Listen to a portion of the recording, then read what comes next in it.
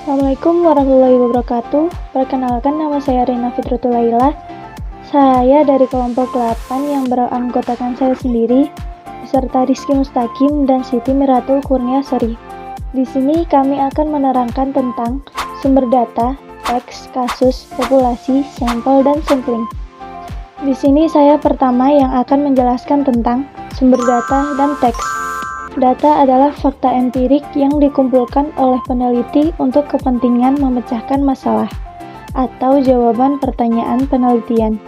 Data bisa berwujud suatu keadaan, gambar, huruf, angka, matematika, bahasa, ataupun simbol-simbol lainnya yang bisa kita gunakan sebagai bahan untuk melihat lingkungan, objek, kejadian, ataupun suatu konsep. Sumber data dalam penelitian adalah subjek dari mana data dapat diperoleh.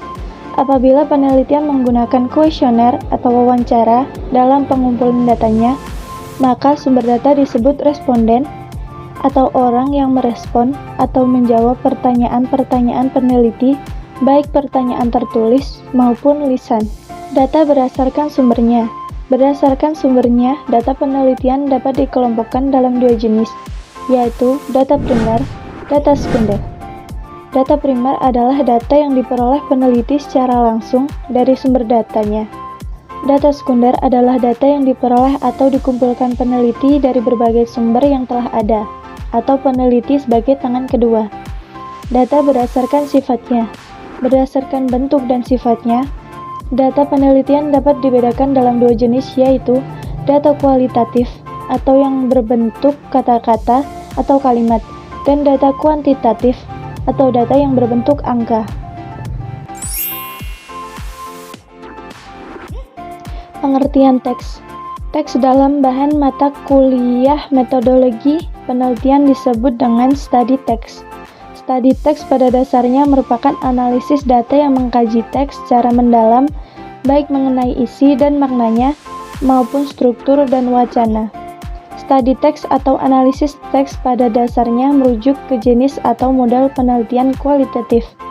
Pada dasarnya, teks memiliki struktur naratif dan kekuatan persuasif serta dimaksudkan untuk menyampaikan makna sesuai maksud penulisnya. C. Pengertian kasus. Penelitian mengenai kasus atau dalam ilmu metodologi penelitian sering disebut dengan studi kasus. Studi kasus berasal dari bahasa Inggris, yaitu a case study atau case studies. Kata kasus diambil dari kata case yang artinya kasus, kajian, atau peristiwa. Menurut Profesor Dr. Haji Mujiora Harjo, menyimpulkan bahwa studi kasus ialah suatu serangkaian peristiwa atau kegiatan ilmiah yang dilakukan secara intensif, terperinci, dan mendalam tentang suatu program, peristiwa, dan aktivitas, baik pada tingkat perorangan, kelompok, lembaga, atau organisasi untuk memperoleh pengetahuan mendalam tentang peristiwa tersebut. Tujuan kasus. Tujuan kasus yaitu untuk mengungkapkan kekhasan atau karakteristik atau keunikan yang terdapat di dalam kasus yang diteliti. Jenis-jenis kasus. Jenis-jenis kasus dibagi menjadi 3, yaitu studi kasus eksploratory, studi eksploratory, dan studi deskriptif. Manfaat penelitian studi kasus. Menurut Lekhon dan Gobas, bagaimana dikutip Mulyana, keistimewaan studi kasus meliputi hal-hal sebagai berikut. 1. Merupakan sarana utama bagi penelitian emik, yaitu menyajikan pandangan subjek yang diteliti. Yang kedua, menyajikan uraian menyeluruh dan mirip dengan apa yang dialami pembaca dalam kehidupan sehari-hari. Yang ketiga, merupakan sarana efektif untuk menunjukkan hubungan antara peneliti dengan subjek atau informan. Yang keempat, memungkinkan pembaca untuk menemukan konsistensi internal yang dilakukan hanya merupakan konsistensi gaya dan konsistensi faktual, tetapi juga kepercayaan.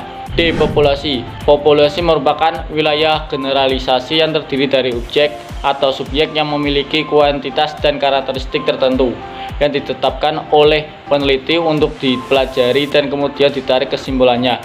Populasi di sini ialah tidak hanya terpaku pada makhluk hidup, akan tetapi juga semua objek penelitian yang dapat diteliti. Populasi tidak hanya meliputi jumlah subjek yang diteliti, akan tetapi meliputi semua karakteristik serta sifat-sifat yang dimiliki oleh objek tersebut. Di sini saya akan menerangkan tentang sampel dan sampling. Sampel adalah sebagian dari jumlah dan karakteristik yang dimiliki oleh populasi tersebut, ataupun bagian kecil dari anggota populasi yang diambil menurut prosedur tertentu sehingga dapat mewakili populasinya. Sampling. Sampling dalam ilmu metodologi penelitian disebut juga dengan sebutan teknik sampling. Teknik sampling yaitu merupakan teknik pengambilan sampel. Terdapat beberapa macam teknik sampling, yaitu yang pertama probability sampling, yang kedua adalah non-probability sampling. Demikian dari saya mengenai sampel dan sampling. Wassalamualaikum warahmatullahi wabarakatuh.